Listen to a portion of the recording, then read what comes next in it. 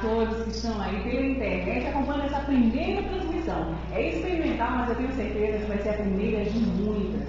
E logo hoje, na abertura dessas transmissões, que vocês vão poder acompanhar pelo endereço eletrônico feptv.tv, feptv.tv.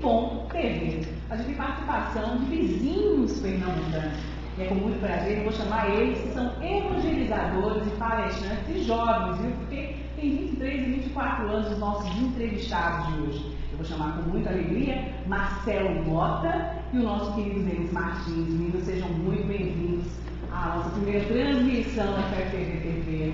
Tudo bom? Então, só para apresentar melhor para vocês, aqui do meu lado direito tem o Marcelo Mota, que tem 24 anos. E aqui do nosso lado tem os nossos Denis Martins. Meninos, muito obrigada mesmo por estarem participando aqui conosco. Juventude não é um tema muito fácil. Vocês, como evangelizadores, vocês já percebem que a juventude hoje tem mais angústias e perguntas do que antes. Pode ser assim, Denis? Exatamente. Até pelo fato das redes sociais, da informática, da tecnologia mais avançada, essas comunicações também estão aumentando e aí, com isso o jovem tem partilhado mais com o mundo as questões das desigualdades e do próprio coração, né, os sofrimentos e sentimentos mais íntimos. Ele pergunta mais, mas ele também, do mesmo jeito que pergunta mais, ele quer realmente resposta, não é como antigamente que, tá boca, ou então, isso futuramente você fica sabendo. Não, eles querem respostas prontas, não é isso? Exatamente, e a gente vê hoje que o jovem da atualidade ele é diferente do jovem de alguns anos atrás. Os pais que existem hoje, as crianças que estão nascendo, são duas gerações bem diferentes. Esse jovem que surge hoje, a criança e o jovem que surge hoje, ele tem um perfil mais questionador. Ele não aceita, vamos dizer assim, aquelas respostas definitivas. Eles querem o porquê, querem o motivo daquelas argumentações.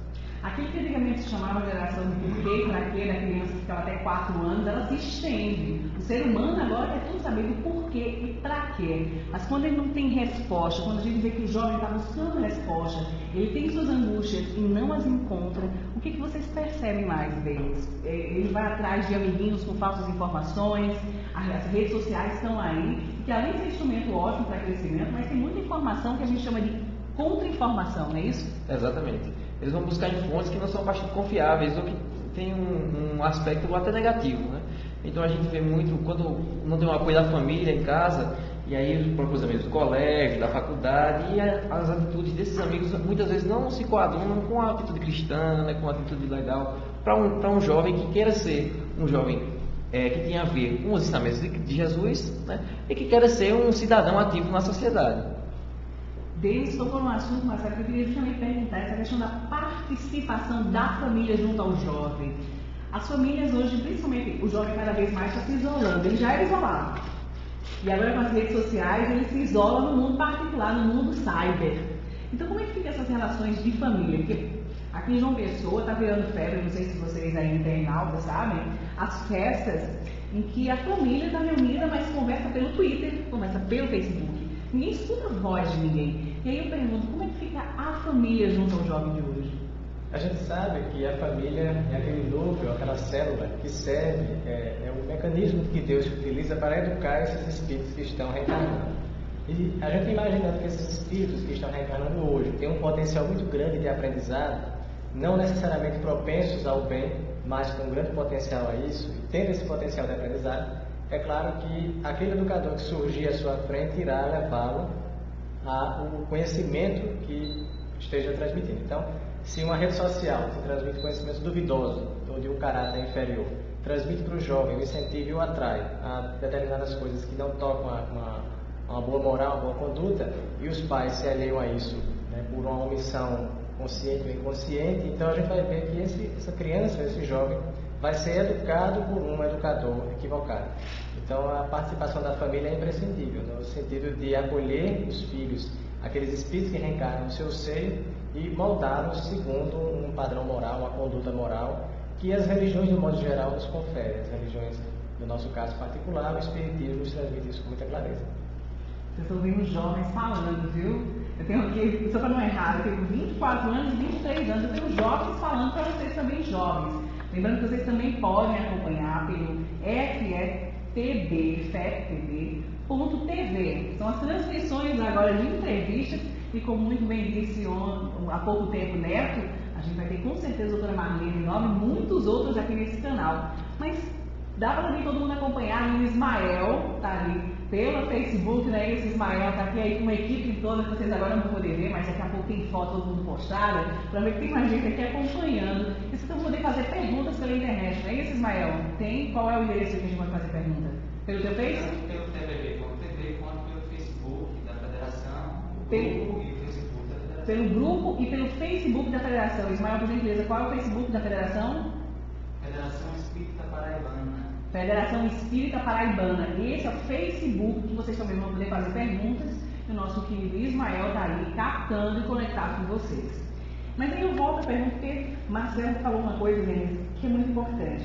O jovem ele vai atrás daquele orientador, a pessoa que está orientando e vem os orientadores equivocados. Como é que a família, que muitas vezes se percebe agora em casa, nossa, eu estou longe do meu filho, eu estou longe do meu jovem, seja a idade que ele tenha, e eu queira me aproximar. Você como jovem, como evangelizador que tem experiência de ver essa relação que outros jovens, outros adolescentes têm com os pais, qual é a dica que você pode dar para, de repente, que aconteça essa aproximação? Primeiramente, relacionado aos pais, né, tentar compreender o jovem, tentar levar ao jovem um diálogo mais sincero, com as palavras que o jovem entenda, né? Não um diálogo de sermão, mas de compreensão, né? Para ele compreender aquele contexto social que o jovem está inserido, né? Muitas vezes com brigas na escola ou com amizades negativas, né? E agora começar a compreender mesmo qual é o sentimento que o jovem está adquirindo, o que é que ele está fazendo, como é que poderia ser melhor a convivência em casa. O diálogo é a melhor maneira de compreender e de ajudar o jovem. Mas aí o diálogo que está falando não é de chegar a que hora, agora, domingo, daqui a pouco vai começar a Fantástico, todo mundo deve estar ligado a alguma TV, não é sentar com eles, vamos conversar, mas promover atividades em lazer e família pode ajudar esse diálogo, não pode, Marcelo? Isso, e a gente vê essas famílias que se tornam mais unidas, em que os filhos saem com os pais para um passeio, para alguma atividade em conjunto, isso estreita ainda mais os laços. Na doutrina espírita, a gente ouve muito falar do Evangelho no lar, como um momento de congregar os familiares. E os filhos ali junto com os pais, aquele momento de intercâmbio de conhecimentos, em algum momento, sem que seja apontado nome de ninguém, podem ser transmitidos ensinamentos e essa conversa ela vai ser facilitada dentro do diálogo cristão. Então aí, que família que ora unida permanece unida. Já a minha avó dizia isso, né? Pergunta vindo dos internautas, é isso? O internauta não veio aqui com respondo, não tem explicando, mas aqui tem pergunta. Como lidar com a pressão dos grupos sociais? Essa é uma pergunta que interessa a você jovem, interessa a você pai, com certeza. E aí eu começo, Denis, eu acho que perguntas vão para vocês dois. Denis, pressão social, porque você não fica com ninguém, porque você não bebe, porque você não viaja sozinho. E há algumas pressões salutares, que essas não dão problema, mas existem pressões muito negativas ainda, né? É verdade. E eu acho que a maneira de lidar com isso é você ter convicções firmes. Não se levar pelas aparências ou pelo chamado de qualquer pessoa. Analisar primeiro o conteúdo do chamado, se é para fazer alguma coisa boa ou se é alguma coisa negativa, ponderar essas duas coisas e escolher aquela que lhe fizer melhor.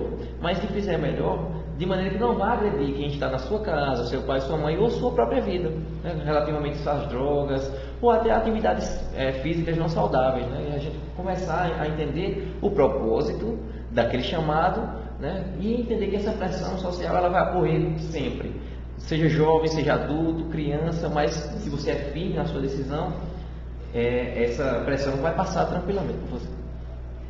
Mas aí como é que fica, Marcelo? Porque existe um problema muito sério, jovem, muito existe, gente. Porque eu tenho 26, eu também sei que a gente já passou pela adolescência mais perto.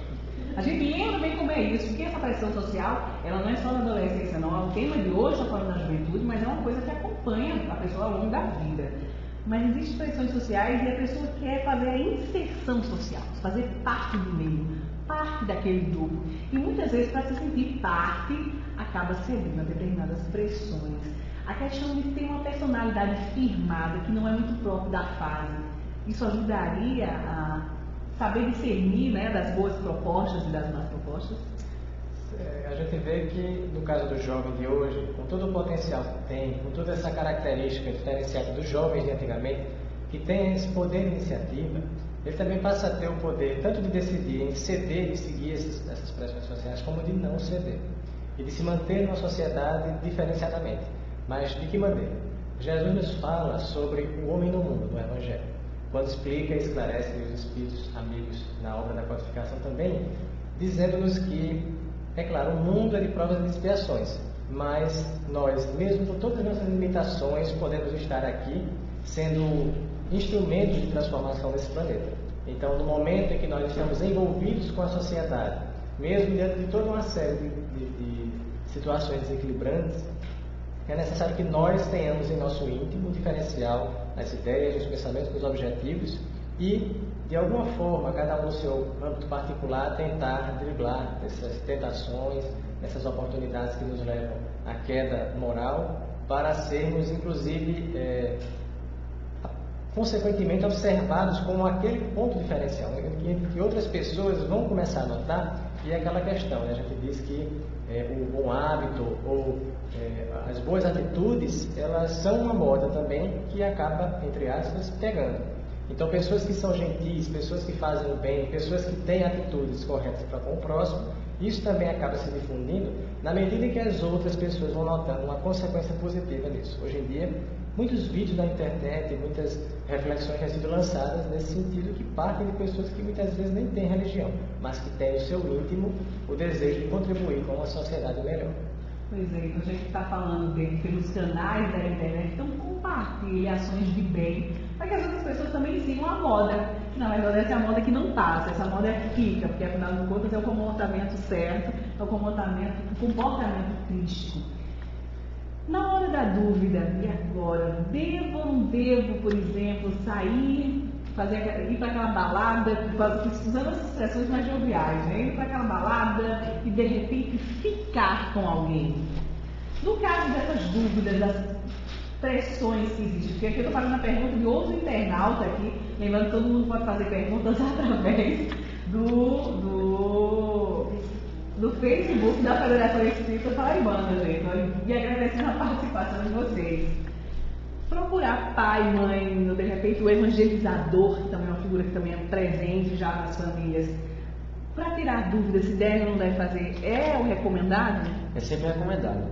Alguém que possa lhe aconselhar bem, um avô, alguém que tem mais experiência, né? Um tio, o próprio pai ou a mãe, ou um amigo mais velho do trabalho, da faculdade, enfim, do círculo de amizade. A questão do ficar, ela tem que ser tratada de uma maneira bem responsável, né? Não pode ficar com uma pessoa, com outra, né? Sair espalhando amores e acabar não se apegando a ninguém, não ficando com ninguém. Acaba que você passa pela vida, não tem um relacionamento fixo e o seu coração acaba provocando tristeza em outros. Então a gente tem que analisar bem com calma isso. Que vamos combinar. A minha geração é a geração que começou essa história do fica, eu nunca entendi, vamos combinar. Mas eu vou fazer a pergunta, ficar é prejudicial ou não? Eu vou fazer uma pergunta bem complicada, né? Mas ela vai ficar muito isso mesmo. Vamos estar falando aqui, é linda. Desde domingo a pergunta aberta, esses jovens são super esclarecidos, mas a gente em casa tem essa dúvida, ficar é bom ou não é?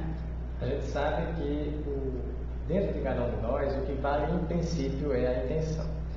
Então, diante de um mundo que nos oferece tantas oportunidades de quedas, tantas oportunidades de erros em formas de aprendizado, porque o erro é sempre a oportunidade de aprendermos em cima das nossas limitações, o chamado ficar, né, que muitos de nós realmente incompreendem o que significa exatamente isso, deve ser visto nele a intenção. Então, quando a gente observa a questão da diferença do ficar com o namorar, com o noivar, com o casar, são graus de aumento de responsabilidade. E desde que nós, em qualquer dessas atitudes, não prejudiquemos o próximo e nem a nós mesmos, como nos recomenda Jesus, como o segundo grande mandamento da lei, é claro que se não estivermos ferindo em modo absoluto nenhum destes, digamos assim, destes participantes da nossa vida, inclusive nós mesmos, o que vale primordialmente é a intenção. Então não estaremos correndo em erro perante a lei divina. Pois é, querido ouvinte, querido telespectador aqui assistindo, pergunta, olha as perguntas aqui chegando. Pô, vamos ver qual é a sua intenção de ficar com a pessoa. É tua responsabilidade, a questão de respeito a si e respeito ao próximo, né, meninos? Mas tem aqui pergunta de Antônio Almeida. Antônio, muito obrigada aqui pela sintonia, por estar conectado conosco, né? Porque a palavra hoje é conectado. Antônio, você quer ser médico, é um jovem que quer ser médico, e pergunta essa questão da relação do espiritismo com a medicina. É porque é uma relação muito complicada para algumas pessoas entenderem, né? Afinal de contas, o espiritismo abre um leque, abrange a visão, mas a medicina ainda tem uma visão muito limitada e muitas vezes muito negativa. Então, como é que fica a cabeça de um jovem que quer ser médico? Eu começo aqui por dele. Ele quer ser médico e está querendo aliar esse conhecimento doutrinário com a sua medicina. Curar almas e espírito, alma e corpo, né? E que bom, né, que ele tem essa visão, né, já sendo espírita e querendo se associar à medicina, só vai ter que contribuir. Porque o espiritismo só contribui ampliando as visões do profissional, do técnico, que vê o mundo, vê a matéria, né, e associa agora as características espirituais, as problemáticas espirituais no tratamento. Então o tratamento vai ficar muito mais eficaz, o diagnóstico muito mais eficiente, e assim ele vai poder contribuir muito mais, não só cuidando do corpo, mas como o próprio Jesus falou, cuidar do corpo e do espírito. A medicina ainda não vê o ser humano como ser integral, como o Joana Arias nos lembra, né? Aquela velho preceito antigo, grego, né? Se não estou enganado agora, mente sã, corpo sã, então você tem uma mente, tem um espírito que tem uma necessidade de ser observado. Por que a medicina ainda não evoluiu esse patamar?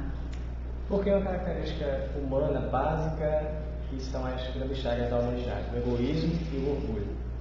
O egoísmo porque o homem se vê como o centro de tudo, e o orgulho por se ver acima de todos. Então, no momento em que na medicina, no direito, em qualquer área da ciência, em qualquer área do conhecimento, as pessoas, os profissionais, passarem a olhar com outros olhos as criaturas humanas, né, e passar a olhá-las não simplesmente como corpos de carne, mas sim como um ser espiritual ali encarnado, então a gente tem a certeza de que nesse momento nós começaremos a ter grandes mobilizações em torno do avanço, não só intelectual ainda mais, mas também do moral, que é o que tanto nós necessitamos. Então, seja em qualquer área, né? A medicina, no caso que foi comentado, terá, como o Denis falou, muito a receber dentro dos conhecimentos espíritas e espirituais de um modo geral. Pois é, então você, internauta, que está aqui sintonizado conosco, no canal da TV da Federação Espírita Paraibana, muito obrigada pela sintonia. Tem mais perguntas aqui que você pode fazer através do Facebook da Federação Espírita Paraibana. E aí tem outra pergunta aqui, que é a questão justamente como a espiritualidade vê o grande número de abortos praticados pela juventude hoje, que é um dos grandes problemas. Nós estamos falando justamente agora de ver o corpo, né, a ver a matéria como simples corpo, mas o número de abortos. Os espíritos elevados, eles sempre dão muito valor à vida. Então a questão da proteção da vida, a questão de dar-se a importância real para aquela vida, né, que ainda não se concretizou, mas que ali já existe um ser, é bastante importante. E é bom que a gente tenha em mente que Jesus jamais destruiu uma vida. Sempre deu a importância, né, que a gente viva, que espalhe essa luz, né? Nós somos, então, como bons cristãos, seremos se formos as cartas vivas, que levemos o ensinamento cristão a todos. E aí, aqueles que pretendem fazer o aborto, pensem direitinho. Se você estivesse na frente de Jesus, dizendo assim: Jesus, estou a ponto de cometer um crime, assassinar essa vida, o que é que você acha que Jesus diria para você? Que assassinasse? Mas ele que perdoou até aqueles que o crucificaram? Então pensemos, vamos dar esse valor que a vida merece. E aí, lembrando todo mundo, Jesus foi o primeiro a ter dito, nossa, tem pergunta de longe chegando. Jesus foi o primeiro que disse: não matarás, mas ele não especificou se era o idoso, se era o jovem, se era o bebê, ele não especificou. Ele disse: em qualquer circunstância, não mate. Mas assim, infelizmente, a gente está muito esquecido no momento de desespero que o jovem, principalmente a jovem, se vê ou desamparada, ou se vê jovem demais, situação familiar, grávida. Tem algum outro norteamento que você pode dar? Porque muitas vezes tem um jovem em casa, nesse momento, nessa situação. Sim, a gente vê que para o jovem que está em casa, muitas vezes, talvez não simplesmente nessa situação, mas como talvez na maioria dos casos, não estando nesta situação, é de se preparar, porque a qualquer momento nós poderemos ser os instrumentos da providência divina a alguém chegar com o intuito de cometer um abortamento ou de cometer um suicídio, que também é uma desvalorização da vida, ou cometer a prática de qualquer outra forma em que a vida seja menosprezada e colocada em segundo plano, como algo que não importa tanto, né, a gente vê que qualquer um de nós pode ser um instrumento. Devemos estar buscando sempre esclarecimento. É claro que uma pessoa no momento de desespero é difícil parar para raciocinar. Nessas ocasiões, a misericórdia divina, que é tão infinita, coloca outras pessoas com um estado de equilíbrio mais bem alcançado, para que esta pessoa, que pode ser qualquer um de nós aqui, ou qualquer um dos amigos que estão nos assistindo, que poderá ser utilizado como esse instrumento, e para tanto devendo estar com o esclarecimento, e em dois aspectos. O esclarecimento de mostrar que no caso do aborto, por exemplo, sim, é o cometimento de um erro perante a lei divina. Mas procurar lançar não só esse esclarecimento que a doutrina espírita nos traz, mas o âmbito do consolo. De mostrar para a pessoa que uma vez cometido aquele erro, que ela não se desespere ainda mais.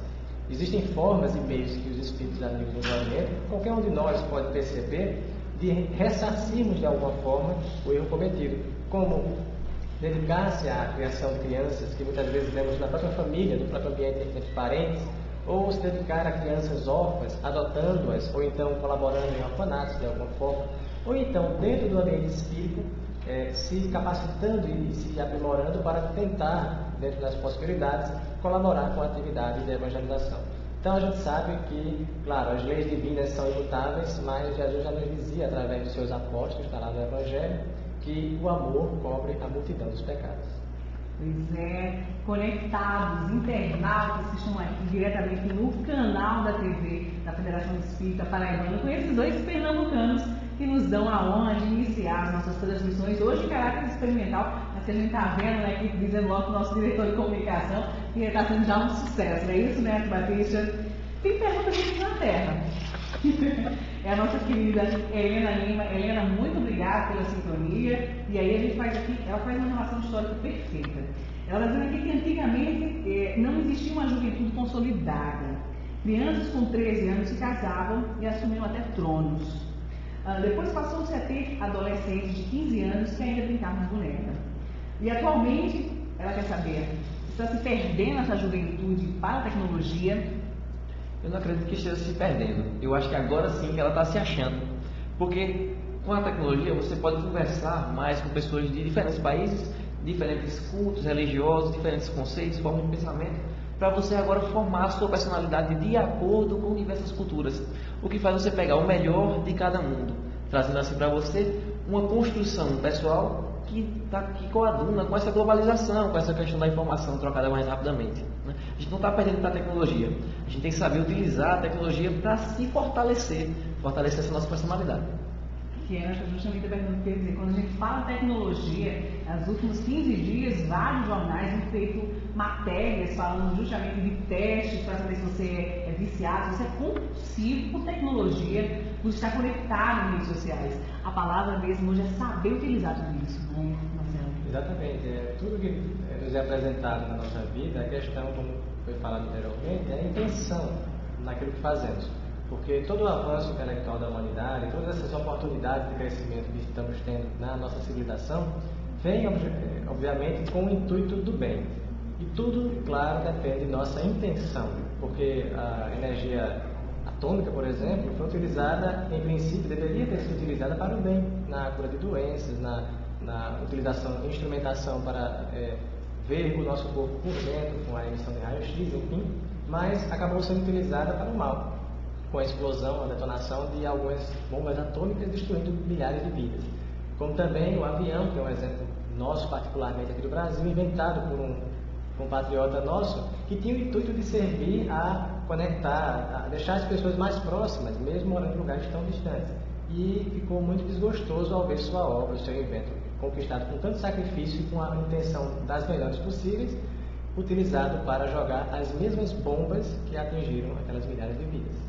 Se não me engano, Santos Dumont vem justamente a suicidar-se devido a esse desgosto, e a fala dele mesmo, já na revista espírita, depois no mundo espiritual, sendo consolado mesmo diante do desespero que ele se acometeu, porque ele queria ter uma utilização do invento dele para o bem, né? Mas aí já é a finalidade que os outros estão dando. O instrumento que ele criou era com destinação realmente para o bem, não é isso? Exatamente, porque a tecnologia ela vem, como o Marcelo falou, só para ajudar.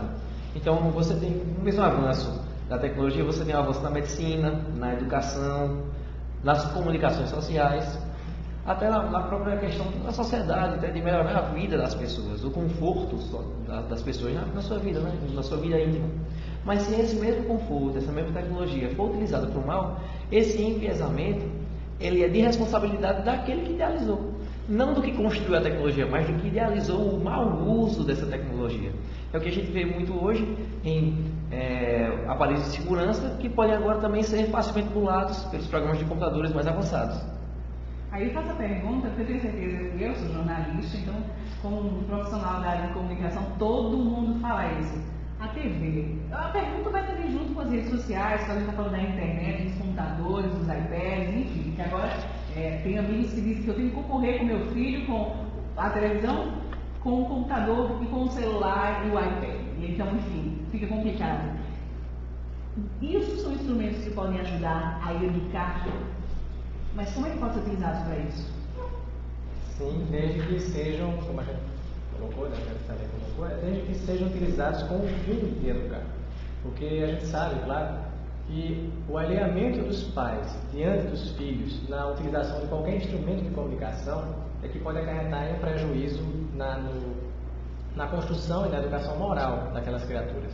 Porque no momento em que os pais, muitas vezes com a intenção de se ver livres dos filhos, entre aspas, isso, aí também coloca, assim, de repente, tem uma televisão em casa, aí não quer ali estar deixando de ter atenção ao jogo de futebol, à novela, enfim, alguma coisa, quer, entre aspas, se livrar dos filhos. Isso até é uma atitude inconsciente. Compra uma outra televisão, coloca no quarto do filho.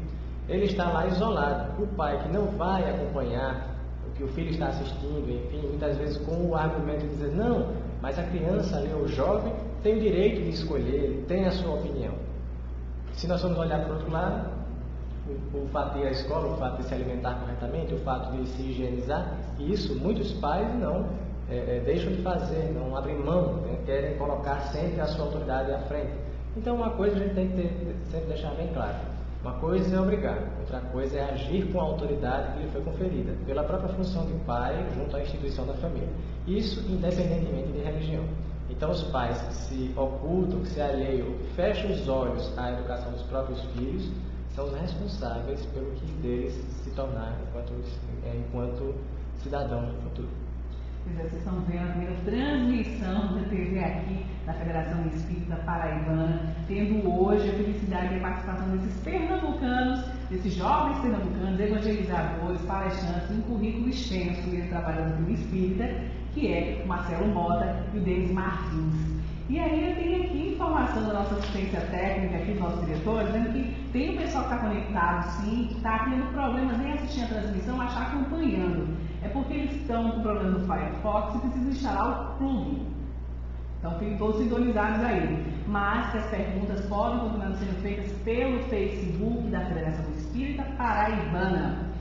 E vem outra pergunta aqui, viu? Olha, a gente está mudando de temas, os temas são os mais variados, mas a gente está falando aqui da juventude, do jovem. E aí a pergunta vem a calhar para os evangelizadores. O jovem hoje tem mais desafios para se espiritualizar do que antigamente? Hoje em dia, não é que ele tenha mais dificuldade, mais desafios, é que os desafios se apresentam de maneira mais intensa. Pela questão agora das redes sociais, da comunicação muito mais aberta, a gente tem agora que os desafios se apresentam de maneira mais rápida, mais de curta duração. Então, a gente enfrenta um desafio hoje, amanhã já é outro desafio. Mas dia. Não é, exatamente, mas são os mesmos desafios que os nossos avós tinham, e a gente tem hoje, com uma característica diferente da sociedade, da história, mas tudo isso os nossos avós também passaram. Ou os apóstolos de Jesus naquela época, os mais jovens, os mais velhos, também passavam por isso. Essas dificuldades nós também estamos passando hoje. São desafios que nos aparecem semanalmente, mas são os mesmos desafios, porque a problemática humana é sempre a mesma. É sempre a busca da felicidade, em detrimento das nossas dificuldades, agindo num mundo cheio de crimes, de violência, né? E a gente tenta se encaixar com a base religiosa ou não e com a base familiar, tentando assim nos posicionarmos como cidadãos e assim como cristãos também. Aí faço uma pergunta mais delicada, e eu sei que os evangelizadores, eles entendem muito bem essa realidade. Muitas vezes os pais cobram que os filhos sejam espiritualizados, que façam N trabalhos nas casas espíritas. Essa é uma pergunta que todo evangelizador sabe bem do que eu estou falando. Mas eles não dão muito exemplo. Né? Ah, meu filho, tem fulaninho, sempre tem aquele do movimento espírita que são os mais destacados, né? Você não é igual a Beltrano, vocês já falam assim, porque não tem isso, tem aquilo. É muito comum. Mas muitas vezes o jovem está em casa que não tem exemplo do pai e da mãe, de frequentar o centro espírita, um grupo de estudos, de fazer a leitura em casa, o evangelho no lar, mas que ele tem essa vontade de fato, de ter uma prática, de viver a vida, a doutrina espírita, de ter a conduta espírita. Aí eu pergunto aos evangelizadores, que diretrizes vocês começam a dar a esse jovem que está em casa agora, querendo isso? Demonstrar que dentro do ambiente espírita ele vai poder encontrar também amizades, vai poder encontrar um ambiente que o acolhe, vai poder encontrar ensinamentos que vão lhe esclarecer e consolar para o resto de sua vida e para além dela. E mostrar que a questão do trabalho dentro do ambiente espírita, do movimento espírita, é algo gratificante, porque é um trabalho que não é exclusivista, que não se volta simplesmente para si mesmo, mas um trabalho que naturalmente vai levar a criatura a voltar o seu olhar para o próximo. E em olhando o próximo, vendo inclusive o sofrimento do próximo, nós percebemos a pequenez do nosso próprio. Então, o trabalho espírita, claro, muitos pais às vezes não têm condições de exemplificar para o filho que ele quer ter enquanto espírita, por conta de uma série de questões, enfim, mas não deve poupá-los de incentivos e de procurar, tanto quanto recomenda a alimentar-se bem, a se higienizar-se corretamente, a frequentar a escola, a ser assíduo na faculdade, também deve incentivá-lo dentro daquele instante em que ele está sob a sua guarda, né? Ou seja, enquanto reside com os pais, enquanto estão sob a sua responsabilidade, tanto quanto esses outros fatores de ordem material e profissional, devem também procurar incentivá-los na questão religiosa, no caso dos pais espíritas, no ambiente espírita. Por que obras ou por que tipo de atividade o jovem deve começar para estudar a doutrina espírita? Primeiro, começar com a boa vontade, né? Dar sempre o primeiro passo. Se você está querendo se espiritualizar, a primeira coisa que você tem que fazer é se propor aí a uma reunião pública, uma palestra ou uma aula de evangelização. Para o jovem, o melhor é começar pela evangelização, porque lá ele vai ter uma linguagem diferente, né? O pessoal, os evangelizadores são capacitados para conversar com o jovem, então vai ter uma linguagem melhor, vai ser uma coisa mais descontraída, lá ele vai ter atividades não só de estudo, mas também de dinâmicas, algumas práticas, vai conhecer pessoas diferentes que pensam do mesmo jeito que ele, onde ele vai poder se espelhar, vai poder construir essa personalidade baseada naquelas pessoas que fazem coisas que ele gosta também. Mas o fundamental é dar o primeiro passo. Vai, tem uma casa espírita perto da sua casa? Vá até lá, procure saber o dia da evangelização, o horário, e participe. Comece a ler um pouquinho das obras, né? Se você não gosta muito de ler as obras espíritas, comece com a Bíblia, né? Lê um pouquinho da Bíblia, lê um pouquinho do Evangelho segundo o Espiritismo. Vá começando a mudar os seus hábitos do dia a dia. Começando a conversar coisas melhores, ter leituras melhores, começando a fazer mais orações, né? Dá o primeiro passo. Pois é. Ainda tem mais uma pergunta, mas lembrando a todo mundo que as transmissões vão sempre acontecer por este canal, o canal da Federação Espírita Paraibana, que é FEP.tv. Você pode começar a divulgar aí pela internet, divulgar para os outros amigos internautas, lembrando que todo mundo pode continuar fazendo sim as perguntas através do Facebook da Federação Espírita Paraibana. Também deixar sugestões de temas, de entrevistados, porque esse canal é livre. É um canal feito especialmente para vocês, tendo sempre a coordenação aqui da Federação, do Departamento do DECOM, o Departamento de Comunicação Espírita aqui da Federação. Mas aí eu vou começar a fazer uma pergunta assim que é a do momento sempre para o jovem, as escolhas da carreira profissional. E aí eu volto a essa pergunta do Antônio, com essa questão da relação do profissional com o espírito, que muitas vezes não é fácil. Você perguntar, meu Deus, como é que eu vou ser espírita diante de determinada escolha profissional? Como é que a gente começa a orientar esse jovem, a aliviar um pouco o coração dele? Porque fazer a escolha já não é fácil. E fazer essa escolha tentando viver dentro dela a conduta espírita não é brincadeira. Exatamente. E a gente sabe que hoje, no mundo atual, inclusive muitos jovens, muitas pessoas têm começado a demonstrar que é possível utilizar outros critérios para a escolha profissional que não seja simplesmente a estabilidade financeira. É claro que esse sempre deve ser um critério importantíssimo e fundamental nessa escolha, mas não necessariamente o primordial. Porque se para isso tivermos que ferir alguém, que atingir de maneira antifraterna um irmão, então já não estará valendo a pena do ponto de vista cristão essa escolha. Os pais, os evangelizadores, ou os jovens que tenham amigos também jovens que queiram conversar acerca do assunto, podem incutir nas conversas, podem de alguma forma tentar intervir, não, é claro, ferindo o livre-arbítrio do outro, mas procurando incentivá-lo, procurando orientá-lo, de modo a que, durante a sua escolha profissional, que ele possa perceber naquela profissão que almeja algo que possa ser útil para a sociedade, para a comunidade em que vive, para as pessoas que o cercam de modo geral. Falou-se da medicina, podemos citar também o exemplo do direito, podemos citar inúmeros outros exemplos de pessoas que atuam em áreas diversas e que fazem essas escolhas com o intuito de atuar na sua área profissional, beneficiando outras pessoas. Aí eu faço bem como deixar de fazer pergunta da doutrina espírita, mas eu tenho fazer um pouco de pergunta pessoal como exemplo, né? Eles têm a linguagem e o nível de conteúdo desses jovens, a gente vê que os jovens nós mudamos. Aí eu pergunto, para a sua escolha deles, qual foi a escolha profissional que você seguiu? Qual foi a carreira que você escolheu? Eu sou engenheiro da computação, então eu trabalho sempre com tecnologia. Então ele sabe muito bem do que eu estava falando e eu não sabia. Então, para escolher isso, primeiro tem que ser uma coisa que eu gostasse, tinha que ser uma coisa que me deixasse feliz fazendo e que fosse me engrandecer de alguma forma, né? Onde eu pudesse também atuar na sociedade com isso. Então, hoje em dia, a minha área de pesquisa está envolvendo o tema da educação, como é que a gente pode agregar a tecnologia com a educação, né? E como a gente pode fazer que essa educação ela possa chegar a pessoas onde a comunicação ainda não chegava, né? A distâncias, questão da educação à distância, de cursos ministrados pela internet, né? Então isso, a gente ajuda a sociedade através disso, né? Até cursos profissionalizantes, né? Que a gente faz em comunidades carentes, usando a tecnologia assim para agregar, agrupar pessoas que antes eram excluídas socialmente, a da inclusão digital. Isso mesmo. Tem tudo a ver com a outra pergunta da nossa transmissão de hoje, mas aí eu tenho que também imputar você também, Lívia, Marcelo, fazer a pergunta: qual foi a tua escolha profissional e o que te levou a fazer essa escolha?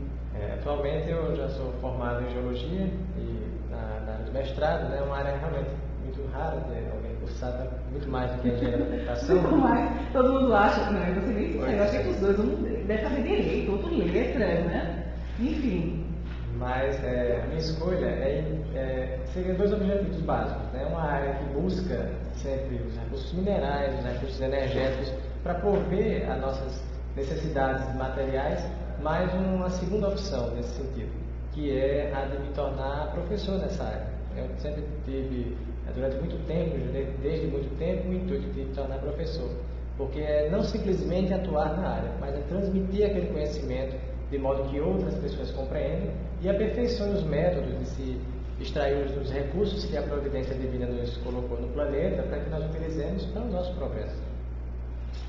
Essa ainda é a visão espírita e visão cristã dentro da área profissional de cada um deles. Então, a pergunta vem de Júnior Santos, aqui da Federação Espírita Paraibana, e ele diz aqui: eu gostaria de saber, tem tudo a ver com a resposta que você estava dando para a sua área, né? O que Marcelo acha, também coloco para vocês dentro da pergunta, que os jovens como é que os jovens devem relacionar as redes sociais com estudos da doutrina espírita e estudos escolares? Porque hoje em dia está tão moderna que reuniões de trabalho de atividades espíritas, de evangelizadores, trabalho de evangelização pela internet. Então, como é que você vê isso? Esses são meios em que a gente se comunica, a rede social e o ambiente escolar, o ambiente da faculdade.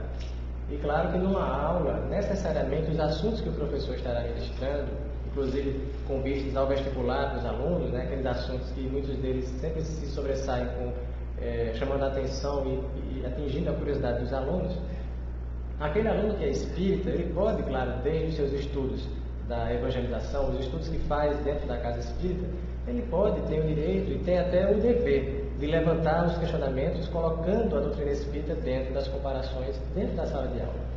De modo que quando um professor lança um determinado questionamento, na aula de biologia, por exemplo, e lá para as tantas fala do desenvolvimento do feto, enfim, e coloca ali a questão do aborto, assunto que é altamente discutido na atualidade, o aluno que é espírita precisa se colocar dentro do possível, dentro das possibilidades, diante dos seus colegas, para mostrar não só a sua opinião enquanto espírita, mas mostrar um outro ponto de vista que difere muitas vezes de outros colegas. E quem sabe daí gerar uma discussão amigável, amistosa, uma discussão fraterna com alguns outros companheiros que se interessem também pelo tema.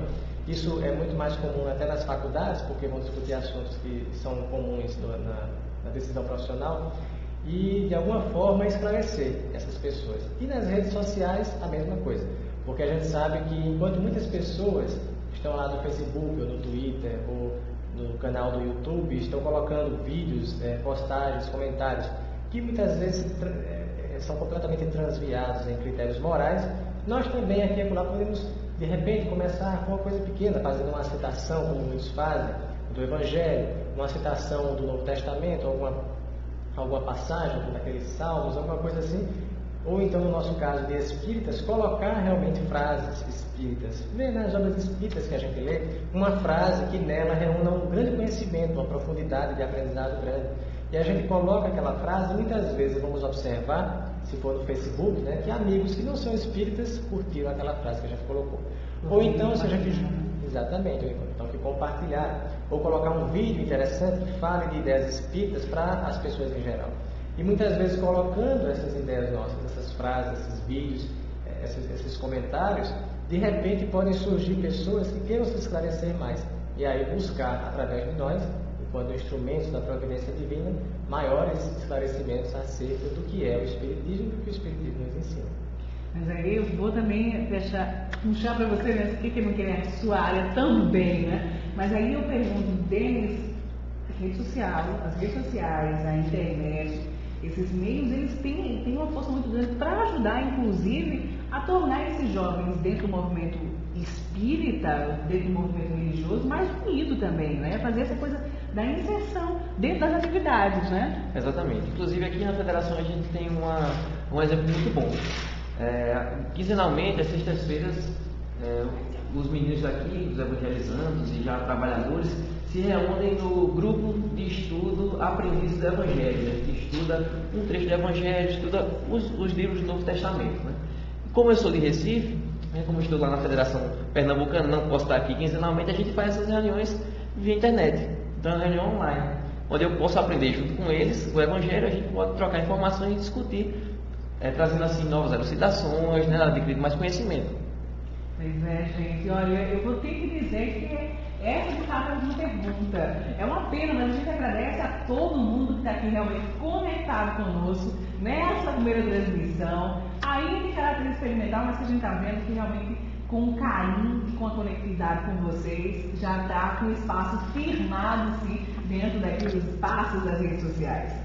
Mas aí diretamente de Cajazeiras, dessa cidadezinha maravilhosa, acolhedora, tem gente aqui que está assistindo, a Natália que está aí, também é de Cajazeiras, olha, eu não tenho o que falar dessa cidade. A Paraíba é maravilhosa, mas Cajazeiras tem um coração especial.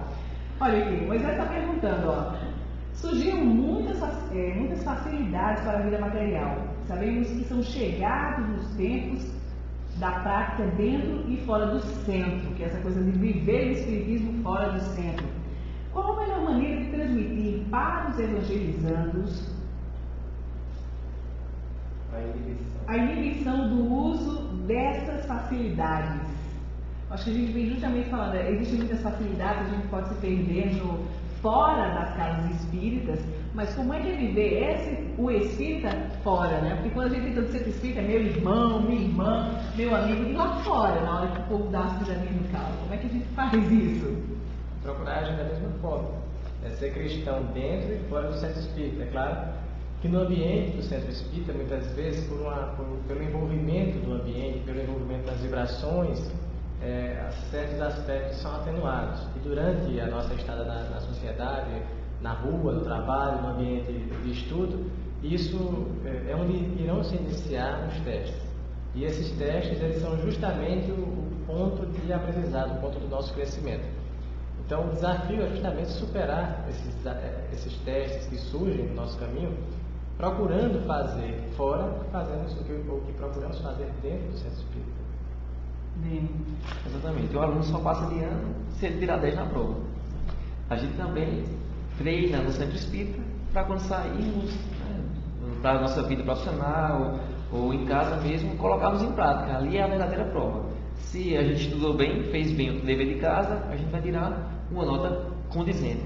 Se a gente não tirar essa nota boa, vai reprovar e vai ter que viver tudo de novo. É melhor passar direto do que ficar em recuperação. pois é, não esquecendo, Moisés, se você realmente também é evangelizador, pretende ser, o teu exemplo, que muitas vezes nem você sabe que está sendo observado, também evangeliza, não só aos seus evangelizandos, mas muitas vezes aos pais. E muitas vezes naquela fila de banco, que eu já vi situações desses encontros de evangelizadores, já dizer, eu estava numa fila do banco, uma fila grande, eu estava estressada, eu lembro isso de um ex-evangelizador, viu? E ele dizia assim, eu estava numa fila, todo mundo reclamando, aquele povo em pé, um calor danado. Eu estava tão de bom humor que normalmente ele diz, né? Normalmente eu reclamaria, mas eu fiquei quieto naquele dia. E ele não estava prestando atenção que tinha um evangelizando com o pai no final da fila, observando o comportamento dele, enquanto as pessoas em volta reclamavam dos atendentes e todo mundo. Enfim, são essas posturazinhas que fazem realmente a diferença. Bom, tem aqui recado que ninguém está vendo, não existe uma voz, não existe um ponto, mas esse braço amigo é nosso querido diretor Neto Batista, e ele está avisando aqui no próximo domingo, 16 horas, aqui palestra ao vivo com Giselda Carneiro Arnaud. E o tema é sobre suicídio. Então, se você quer saber um pouco mais dessa questão do suicídio, qual é a visão espírita que se tem em relação a isso, próximo domingo, agência, às 16 horas, com transmissão ao vivo aqui pela Federação. E lembrando que ela vai ser entrevistada aqui pelo nosso canal da Federação Espírita, que é a FEPTV.tv, FEPTV, e o tema vai ser Em Defesa da Vida. Então, a partir de que horas é a entrevista dela, né? A partir das 5h30, 17h30.